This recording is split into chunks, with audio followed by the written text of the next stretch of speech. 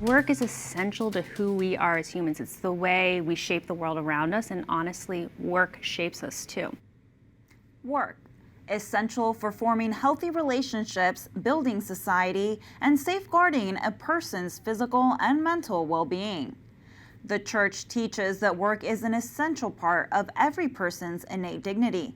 It is a gift that allows us to take part in God's work of creation and to provide for our families. Throughout the Bible, there are multiple passages reflecting on work. From Genesis chapter 2, verse 15, where God settles man in the Garden of Eden to cultivate and care for it, to the Gospels, where, for example, in Luke chapter 3, verse 13, we're given guidelines for integrity in work when Jesus tells tax collectors to not collect more than what is prescribed. And of course, we know that God himself came to work as a carpenter. In the U.S., employment requirements to receive government assistance has become a topic of debate. I had the opportunity to speak with Leslie Ford with Alliance for Opportunity, who has studied the impact of work requirements on safety net programs. Her findings on the relationship between rolling up one's sleeves and pro-life issues were surprising. Take a look. So Les, why does work matter? Yeah, I think that's a great question because in the context when we're talking about work requirements, sometimes we view work as a punishment. That's really not the Catholic position on work. I was just rereading John Paul II's on human work, and work is essential to who we are as humans. It's the way we shape the world around us, and honestly, work shapes us too. So when I was investigating this, especially in the context of low-income Americans, I was looking at welfare reform 1.0, the 1996 welfare reform. This was Bill Clinton, this was Newt Gingrich. It was a bipartisan effort to bring low-income Americans, usually single mothers who had been dependent for 8 years or more, back into the workforce, off the sidelines, back into the center of our communities. And so they created a work requirement for the first time. It was 20 hours, 30 hours a week, and it was either you can do paid work, you can volunteer, you can get education, anything to really advance from sitting on the sidelines back into the center. And the results that we saw were kind of incredible. We saw single mothers who were working increase by 20 points, and most important economically, we saw child poverty drop by 60%. But for me, it's really about the well-being story of these mothers. We saw depressive and physical health symptoms drop dramatically for those who returned to work. We saw child educational outcomes increase substantially. And I think important in the Catholic context, we actually saw out-of-wedlock birth rate flatline for the first time since 1964. So in 1964, the out-of-wedlock birth rate was around 7%, and by the 1990s, 40%. And really heavily concentrated in low-income communities. And so we saw that flatline, and when we saw that kind of even out, we also saw that the abortion rate even out. So well-being on every measure was connected into work, which wasn't necessarily surprising. It was a goal, but I think it's important to emphasize when we're talking about work in any context. Les, those are very interesting findings. Could you go a little bit more into the teen pregnancy aspect of things? Yeah, so the teen pregnancy aspect of things is a really surprising outcome of everything that was happening in the 1990s.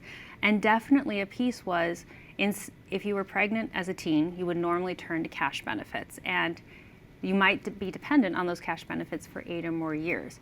But suddenly, when we instituted these work requirements, not only did the out-of-wedlock birth rate decline, not only did the abortion rate flatline, but teen pregnancy declined substantially. And we really begin to understand the importance of teaching what you should expect for your life.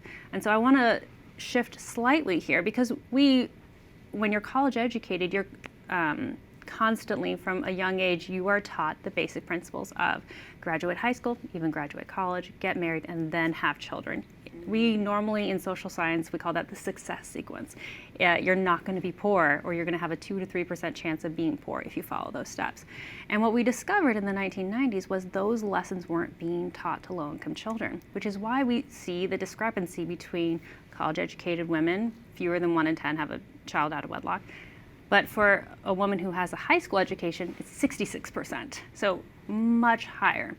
And when we started teaching the lesson of welfare is not a way of life, you need to delay pregnancies until you can take care of a child and work a job to take care of that child, we suddenly saw teen pregnancies decline as well, substantially.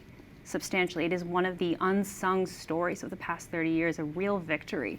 But it does teach us not just good policy, but we also need collective action to teach good life lessons and teach the truth about motherhood and marriage. Yes, and kind of in that same vein, I think it's very interesting that the abortion rate flatlined. Do you think that there's something the pro-life movement could be doing to kind of like take advantage of these findings? Yeah, so I think these two aspects of policy, work and marriage, and teaching the truth about what motherhood is. I'm a mother of 4. I understand how exceptionally difficult motherhood is and the necessity of a partner. And so there's a couple things. One, to recognize that those considering abortion are most heavily unmarried mothers. 90% are unmarried mothers. And when we do surveys of these young women, they say that their reasons for choosing abortion are financial. They're scared about the asymmetry of what women go through when they experience motherhood, but they're also worried about their relationships. And so we really do have to teach the success sequence even earlier. But hey, say you get something out of order, say you end up pregnant out of wedlock. We have to tell the story that, okay, if you return to work, if you find a partner and get married, you will overcome poverty. And so, yes, these mothers who are pregnant out of wedlock, they're experiencing an injustice. And so we have to walk alongside them to make sure that they can come through the breach okay, make sure they have the financial support they need, the relational support they need, and they have a long-term plan for work and marriage.